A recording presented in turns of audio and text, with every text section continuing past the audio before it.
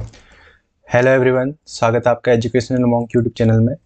आज हम जो हमारा डीएलएड के लिए जो हमारा रीजनिंग के जो टॉपिक चल रहे थे उसी में हम लेक्चर नंबर 4 करने जा रहे हैं, जिसमें हम आज सीखेंगे क्लॉक और कैलेंडर, यानी कि घड़ी और जो हमारा कैलेंडर होता है।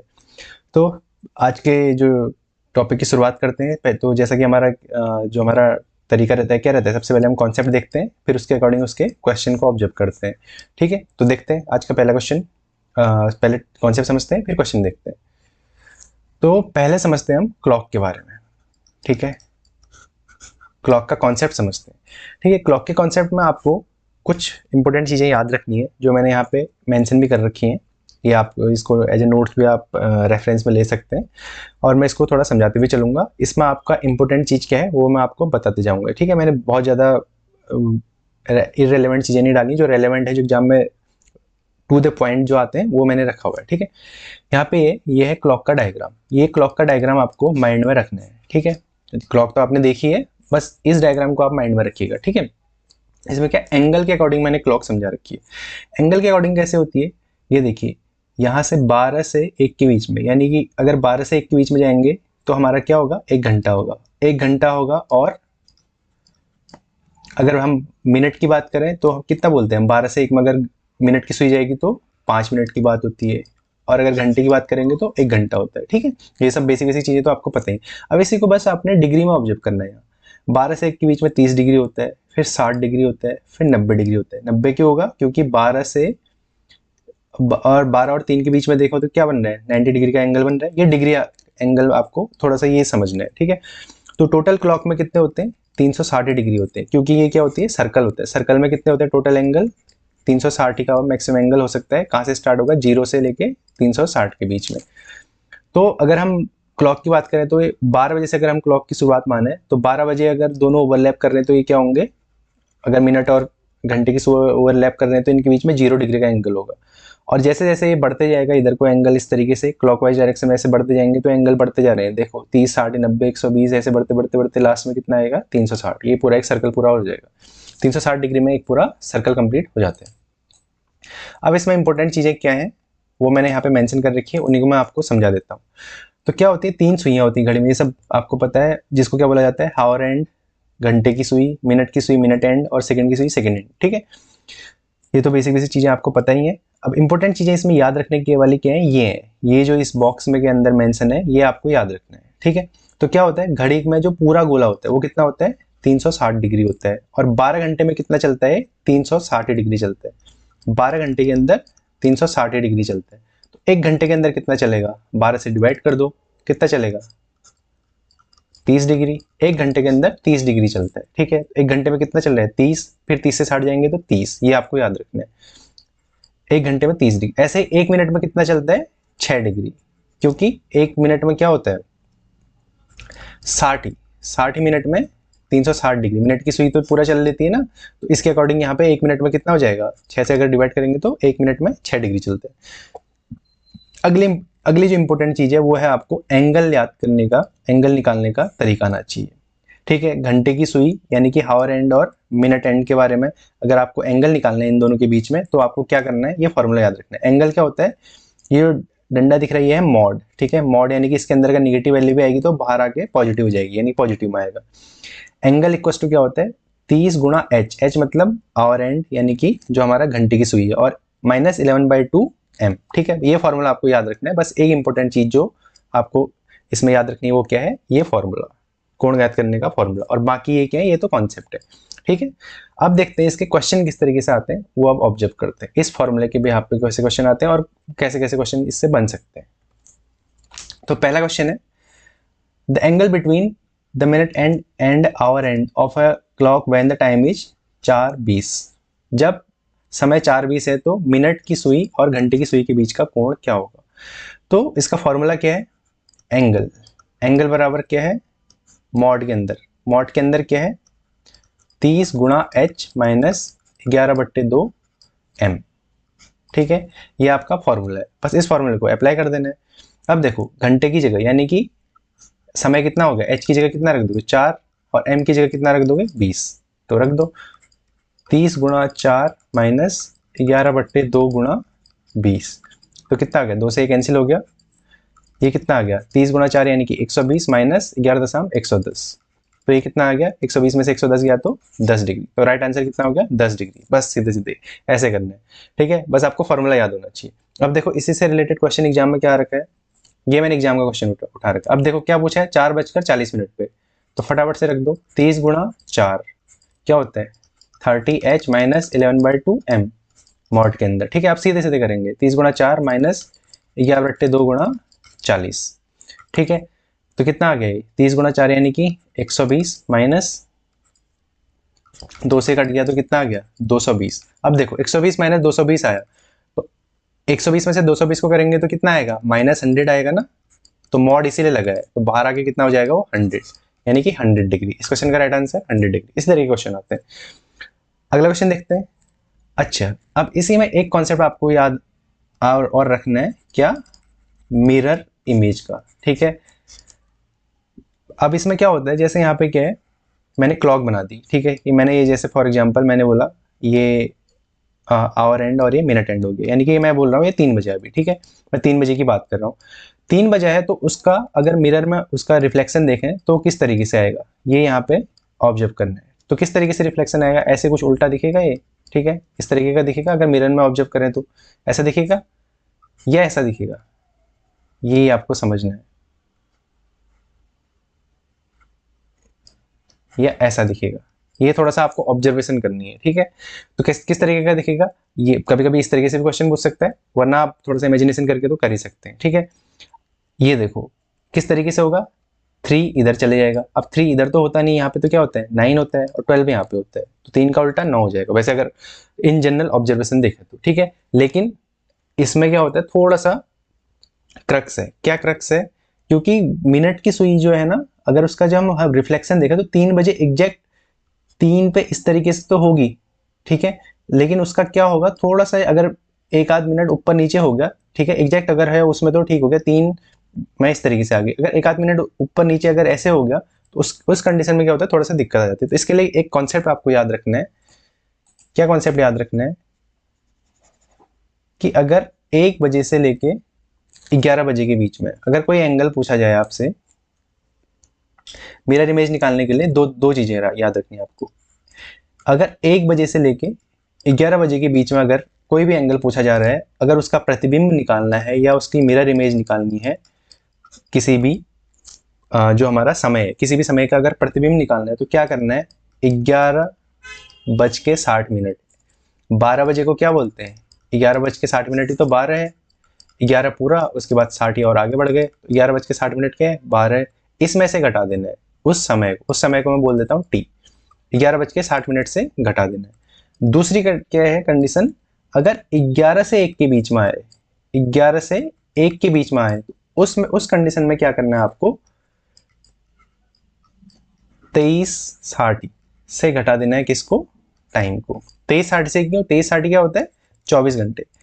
अगर हम पूरे दिन में देखें तो क्या होते हैं 24 घंटे होते हैं, 24 घंटे मतलब 23 घंटे 60 मिनट, ठीक है, यही है, बस इतना सा याद रखना है। अब देखो पूछा गया 4:25 हो रहा था, तो दर्पण प्रतिबिंब के मैं उसमें उसका समय कितना होगा, ठीक है। अब सीधे सीधे इसको देखते हैं, बस ये अगर आपको एक बार ये समझ गए तो आप इसको इजी से कर लेते हैं।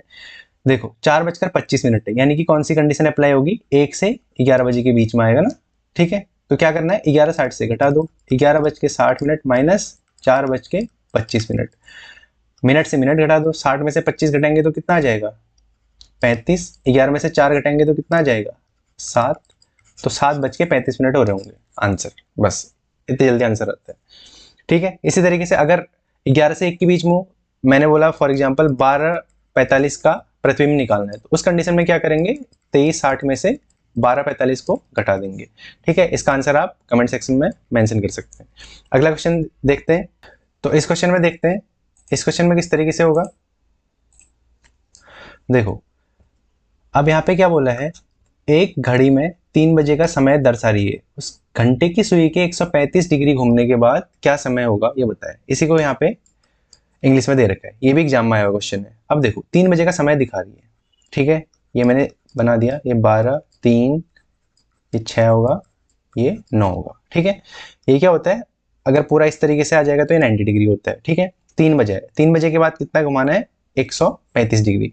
135 डिग्री घुमाना है, तो यानी कि मतलब अगर मैं 90 प्लस कितना कर सकता हूँ, 90 90 करके ब्रेक करते हैं, 90 प्लस अगर 45 करो तो कितना हो जाएगा, 135 डिग्री हो जाएगा। यानी कि 90 में यहाँ आ जाएगा 6 बजे, ठीक है। फिर उसके बाद इसके बीच में कहीं यहाँ आएगा, ठीक है, 9 से 6 के बीच में आएगा, 9 से 6 के बीच में आएगा। तो इसमें से कौन सा ऑप्शन मैं हटा सकता हूँ, यानी 9 वाला हटा सकता हूँ मैं, ठीक है। बाकी तो हट नहीं रहे, ठीक है। बाकी ऑब्जर्व करते हैं क्या होगा। देखो 12 घंटे में कितना चलता है, 360 डिग्री। यहाँ पे घंटे वाली सुई को देखना है, ठीक है। 3 बजे क्या होगी, घंटे वाली सुई यहाँ पे होगी, आवर एंड यहाँ पे होगा। 12 घंटे में 360 ही होता है, तो 1 घंटे में कितना होगा, 30 डिग्री, ठीक है। अब यहाँ से 3 से 6 तक अगर मैं पहुंचाऊँ तो 90 डिग्री तो यहाँ हो जा रहा है, यानी कि अगर 90 डिग्री घुमाओ तो कहाँ पहुंच जा रहा है, 6 पे पहुंच जा रहा है। फिर मुझे कितना करना है, 45 डिग्री और घुमाना है। 1 घंटे में कितना, 30 डिग्री घूम जाता है। 6 बजे कहाँ पहुंच गया, 90 डिग्री घूम गया। फिर 7 बजे कहाँ हो जाएगा, 30 डिग्री और आगे कर दो, यानी कितना हो जाएगा, 120 डिग्री हो जाएगा। अब अगर मैं 1 घंटा और आगे बढ़ा दूं, 7 से 8 में जाऊं तो कितना हो जाएगा, 150 डिग्री हो जाएगा, 30 डिग्री और बढ़ जाएगा यहाँ, ठीक है। लेकिन मुझे क्या करना है, 135 डिग्री, यानी कि 120 के बाद मुझे कितना, 30 नहीं, 30 के बजाय कितना, 15 डिग्री घुमाना है, यानी कि आधा। 7 और 8 के बीच में आधा कितना होगा, 7.5, ठीक है। इस क्वेश्चन का राइट आंसर कितना हो जाएगा, 7.5 डिग्री, यानी कि अगर 135 डिग्री में घुमाओ तो कितना हो जाएगा, 7.5 हो जाएगा, ठीक है।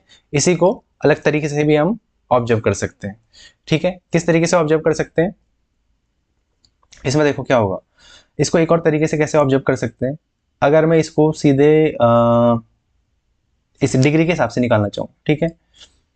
एक घंटे में कितना होता है, 30 डिग्री होता है, ठीक है। तो मुझे 135 डिग्री निकालना है, तो 135 डिग्री बराबर क्या होगा, 1/30 गुणा 135, ये हो जाएगा। अब इसको सॉल्व करना पड़ेगा, ठीक है। 15 दूनी 30, 15 नम 135, 2 से और कट कर देंगे तो 4.5, यानी कि 4.5 घंटे आगे बढ़ाने, 3 से 4.5 घंटे और आगे बढ़ा दो, 3 धन 4.5 कितना हो जाएगा, 7.5, ठीक है। 7.5 यानी 7.5 में बोलूँ तो 7.5, ठीक है। ऐसे भी करके आप सीधे ऑब्जर्व भी कर सकते हैं, ठीक है। अगला क्वेश्चन देखते हैं। इसमें क्या बोल रहे हैं, एक बस स्टैंड पर प्रत्येक 55 मिनट पर दिल्ली के लिए एक बस रवाना होती है। पूछताछ क्लर्क ने एक यात्री को बताया कि बस 20 मिनट पहले ही छूटी है और अगली बस कितने बजे मिलेगी, 10:35 में मिलेगी। अगली बस कितने बजे मिलेगी, 10:35 में मिलेगी, ठीक है। अब इस क्वेश्चन को देखते हैं, इस क्वेश्चन को किस तरीके से करना है। तो हर 55 मिनट पे एक बस निकलती है, ये भी एग्जाम में आया क्वेश्चन है, हर 55 मिनट में एक बस निकलती है, ये बोल रहे हैं, ठीक है। पूछताछ क्लर्क ने बताया कि 20 मिनट पहले ही छूटी है और अगली 10:35 पे निकलेगी। अगली निकलने वाली है 10:35 पे, बस इसमें थोड़ा सा ऑब्जर्वेशन लगानी है। 10:35 में निकलनी है तो इससे पहले 55 मिनट पहले ही निकली होगी। 10:35 से 55 मिनट पहले जाना है तो 35 मिनट पहले चले जाओ 10 बजे, और उससे 20 मिनट पहले चले जाओ, और तो कितना हो जाएगा, 10 बजे से 20 मिनट पहले चले जाओगे तो कितना हो जाएगा, 9:40, ठीक है। 9:40, 9:40 के बाद 9:50, फिर 9:60, 9:60 को भी 10 बोलते हैं, ठीक है। तो 9:40 पे 55 मिनट पहले वाला हो जाएगा। अब उसको बोला क्या, 20 मिनट पहले ही छूटी है, यानी कि 20 मिनट पहले छूटी है, मतलब उसने पूछा कितने बजे होगा, यही तो पूछा है ना। पूछताछ क्लर्क ने यात्री को कितने बजे सूचना दी, यानी कि पूछा कितने बजे, यात्री ने कितने बजे पूछा होगा। 9:40 में निकली थी, फिर से 10:35 में निकल रही, और उसने पूछा, पूछते पूछते ही उसको बताया गया कि 20 मिनट पहले निकली है।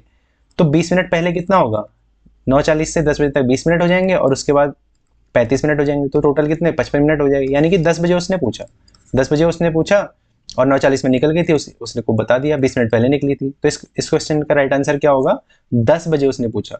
और अगर क्वेश्चन में ये पूछा जाता है कि पिछली बस कितने बजे निकली है, वो तो सीधे आप 55 मिनट पहले चले जाते तो 9:40 हो जाता है, ठीक है। अकॉर्डिंग टू क्वेश्चन ध्यान से पढ़ना है, ठीक है। तो इस क्वेश्चन का राइट आंसर क्या है, 10 बजे। ये हो गए हमारे क्लॉक के कॉन्सेप्ट। क्लॉक में इसी तरीके के क्वेश्चन आ रहे हैं, ठीक है। तो इसमें आप इजीली समझ गए होंगे, ठीक है। अगला टॉपिक हम देखते हैं कैलेंडर, ठीक है। कैलेंडर में क्या करना होता है, कैलेंडर का जो क्वेश्चंस आते हैं तो उसमें क्या आपको ध्यान देना है, कैलेंडर में आपको 7 की टेबल आनी चाहिए, ठीक है। सारा गेम 7 का ही है, ठीक है। तो कैलेंडर के क्वेश्चन में होता क्या है, देखो जनरली क्या होता है कैलेंडर में, क्या होता है, एक होता है नॉर्मल ईयर, एक होता है लीप ईयर, ठीक है। ये आपको ध्यान रखना है। नॉर्मल ईयर में कितने होते हैं, 365 दिन, लीप ईयर में कितने होते हैं, 366 दिन, और एक हफ्ते में कितने होते हैं, 7 दिन। अब इसमें आता है विषम दिन का कॉन्सेप्ट, विषम दिन या ऑड डे भी बोला जाता है। ऑड डे का कॉन्सेप्ट किसके अकॉर्डिंग आता है? 7 के मल्टीपल के अकॉर्डिंग, ठीक है। विषम दिन का अगर कोई भी कॉन्सेप्ट आता है तो कितने ऑड डे हैं, तो आपको क्या करना है, 7 से डिवाइड कर दो। नंबर ऑफ ऑड डेज निकालने हैं किसी भी महीने में, साल में, तो क्या करो 7 से डिवाइड कर दो। जैसे फॉर एग्जांपल एक लीप ईयर में ऑड डेज निकालने, एक लीप ईयर में कितने ऑड डेज होते हैं, 7 से डिवाइड कर दो। 7 पंचे 35, कितना है 16, 7 दूनी 14, बचा कितना 2। जो शेष बचता है ना वही ऑड डे होता है। विषम दिन निकालने के लिए किसी भी संख्या किसी भी महीने को या दिनों को या साल को 7 से डिवाइड कर दो तो आपके क्या मिल जाएंगे, विषम दिन मिल जाएंगे। एक कॉन्सेप्ट आपको ये याद रखना है, ठीक है। और अगली चीज क्या होता है, हर डे के लिए एक नंबर, हर डे को एक रिप्रेजेंट करने का तरीका होता है, एक नंबर मान लिया जाता है, ठीक है। संडे में कितने ऑड डे होते हैं, हम संडे से ही स्टार्ट मानते हैं, तो संडे में 0 होते हैं। एक आपको ये टेबल याद रखनी, बहुत ईजी है। महीने हफ्ते के दिन याद है आपको, तो संडे से स्टार्ट करो। Sunday 0, Monday 1, Tuesday 2, Wednesday 3, Thursday 4, Friday 5, Saturday 6, ठीक है। ईजी से है, ज़्यादा दिमाग नहीं लगाना, इजी तरीके से हमने सीखना है, ठीक है। कॉन्सेप्ट को फिर हमें अप्लाई करना है। इसी के साथ एक और कॉन्सेप्ट आता है जो आपको यूज होगा, क्या, शताब्दी वाला कॉन्सेप्ट। शताब्दी यानी कि सेंचुरी वाला। शताब्दी के लिए क्या करना होता है, 400 से डिवाइड करना होता है, ठीक है। शताब्दी निकालने के लिए 400 से डिवाइड करना होता है। यहाँ पे 3 कंडीशन आती है, 3 शेष आते हैं, ठीक है। 400 से अगर किसी को डिवाइड करूँ, जैसे फॉर एग्जांपल मैं 2000 को डिवाइड करूँ, सन 2000 को, तो 400 से पूरी बार चले जाएगा, ठीक है। तो इसमें रिमाइंडर क्या बचेगा, 0 बचेगा। और अगर 400 से भाग नहीं जाएगा, जैसे 2100, सन 2100 आएगा, या 1900 बोला मैंने, 1900 को डिवाइड करूंगा 400 से तो कितना आ जाएगा, 300 शेष बचेगा, ठीक है। तो रिमाइंडर में यहाँ 2-3 चीजें आती हैं, वो आपको याद रखनी है। वो क्या क्या चीजें आती हैं वो मैं आपको बताता हूँ। अगर रिमाइंडर 100 बचे तो वहां पे ऑड डे कितने होते हैं।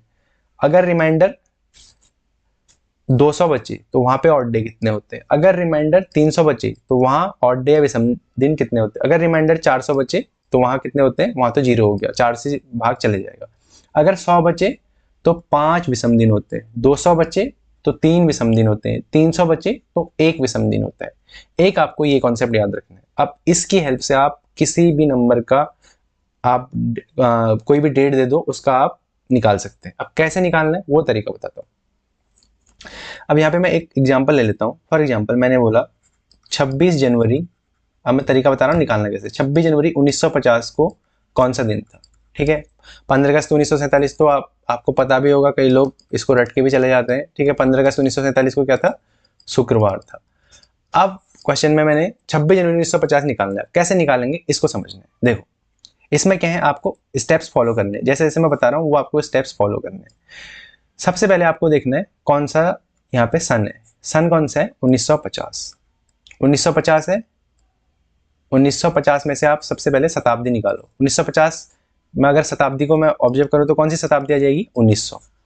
सबसे पहले शताब्दी को देखो, 1900। 1900 में 4 का भाग दो, 400 का भाग दो तो कितना बचेगा, 300। मैंने बताया था 300 अगर आए तो क्या लेना है, ऑड डेज कितने होते हैं, 1, ठीक है। ये आप कैलकुलेट करके भी निकाल सकते हो ये, लेकिन बस ये याद होगा तो जल्दी जल्दी हो जाता है। इसमें सबसे पहले ऑड डेज का ही कॉन्सेप्ट है। ऑड डेज आपको निकाल दिए, सबको जोड़ देना है। सबसे पहले मैंने 1900 में निकाला, 1900 में यानी कि 300, 400 से अगर डिवाइड करेंगे, ठीक है, 1900 को कितना बचेगा, 1600, बचा कितना, 300। तो ऑड डेज कितने हो गए, 1। 1900 में मैंने ऑड डेज निकाल दी। फिर क्या करना है, 1950 है, 1950 है तो हमें 1949 तक जाना है। फिर 1950 में हम पहुंच जाएंगे। 1949 में देखो, 1900 का तो हमने काम कर दिया, अब 49 का। हर साल अपने आप में देखो, अगर क्या होता है नॉर्मल ईयर में क्या होता है, 365 दिन होते हैं, ठीक है। 365 दिन में अगर मैं 7 से डिवाइड कर दूं तो ऑड डेज निकल जाएंगे। तो कितना हो जाएगा, 7 पंचे 35, बचा कितना 15, 7 दूनी 14, बचा 1, रिमाइंडर 1। तो यानी कि हर साल में अगर 365 दिन का होगा तो 1 ऑड डे होता है, और अगर 366 यानी कि लीप ईयर होगा तो 2 ऑड डे होते हैं। तो 49 चले ना, 1900 से आगे 49 चले तो कितने ऑड डे हो जाएंगे, 49 ऑड डे हो जाएंगे। अब इस बीच में लीप ईयर भी तो पड़े होंगे। अब लीप ईयर निकालने के लिए क्या कर दो, 49 को 4 से भाग दे दो। 4 से कितनी बार जाएगा, 12 बार जाएगा, 48, ठीक है। पूरी बार जाना चाहिए। कितने आ गए, 12 लीप ईयर हो जाएंगे, ठीक है। मिल गया।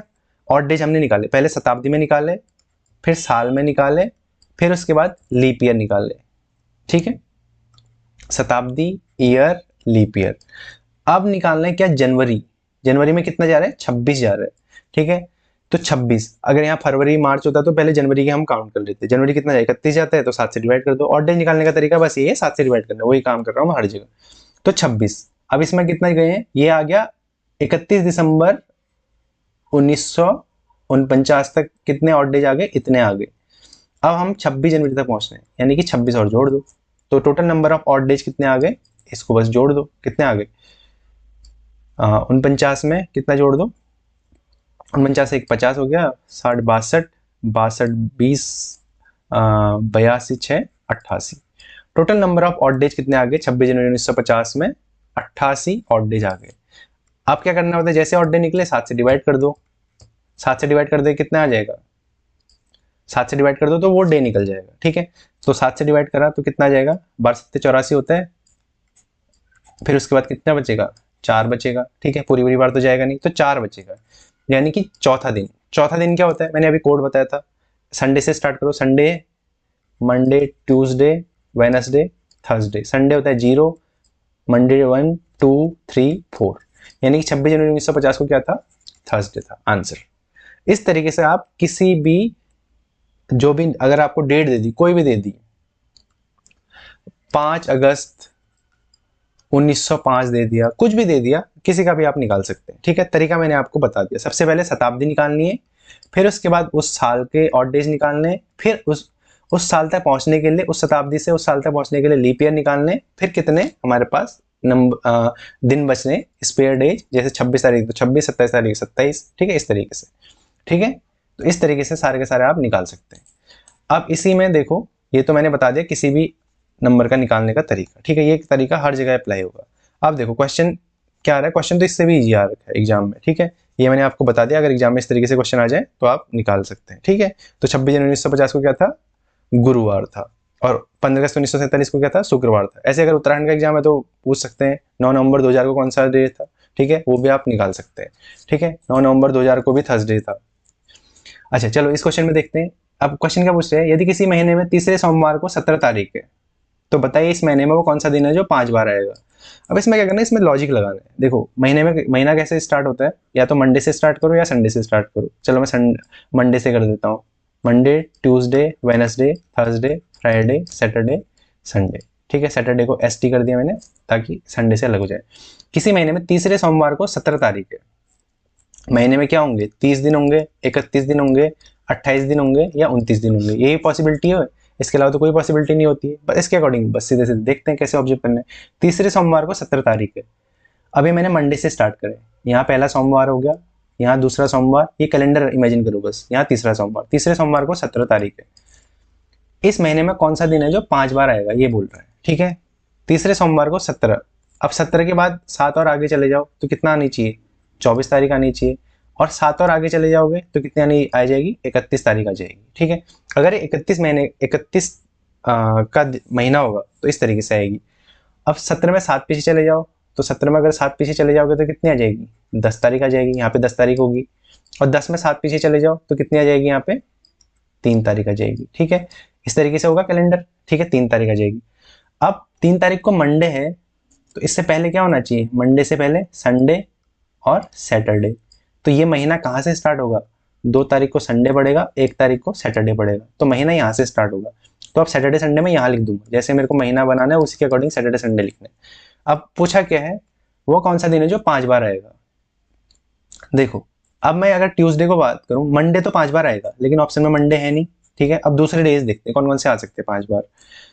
ट्यूसडे को देखो, 31 के बाद 32 तो आएगा नहीं, तो 5 बार ट्यूसडे भी नहीं आ सकता, वेडनेसडे भी नहीं आ सकता, थर्सडे भी नहीं आ सकता, फ्राइडे भी नहीं आ सकता, ठीक है।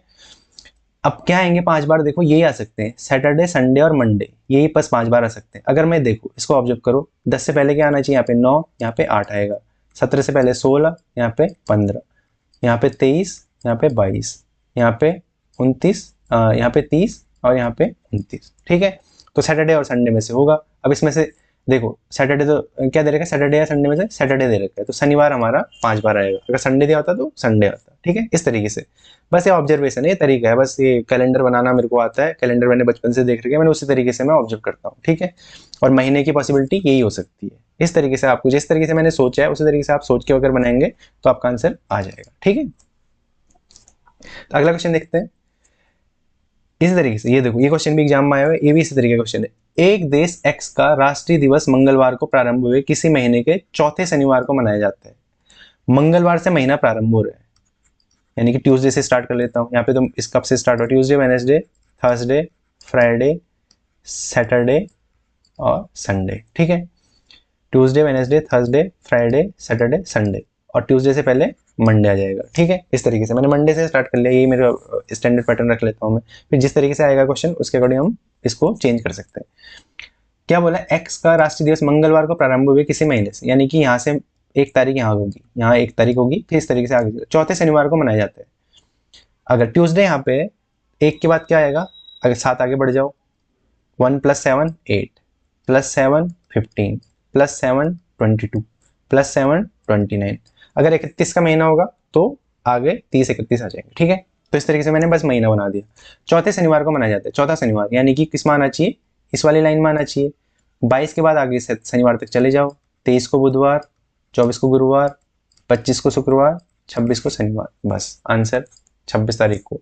चौथा तो यही आएगा ना, पहला ही हो गया, दूसरा तीसरा चौथा, चौथी रो में ही आएगा, बस मैं कैलेंडर बना रहा हूँ, बस शॉर्ट में कैलेंडर बना रहा हूँ, 26 होगा, ठीक है। इस तरीके से करना है, इसी तरीके से सोचना है आपको, जो मैं तरीका बता रहा हूँ इसको आप 1-2 बार अगर देखेंगे तो आपको इजीली समझ में आ जाएगा, ठीक है। तो ये हो गया हमारा क्लॉक प्लस कैलेंडर। इसी तरीके के कॉन्सेप्ट आते हैं, मैंने एग्जाम में जो क्वेश्चन आ रखे हैं वो भी इस तरीके से आपको समझा दिए हैं। अब इनको आप तो बार बार प्रैक्टिस करेंगे और अलग अलग तरीके के इसमें क्वेश्चन आप खुद भी फ्रेम कर सकते हैं, ठीक है। इससे बाहर क्वेश्चन आते नहीं है, जो मैंने तरीके बताए हैं इनको आप अप्लाई करेंगे तो बहुत जल्दी आपका आंसर आ जाएगा, ठीक है। बाकी देखते हैं नेक्स्ट लेक्चर में।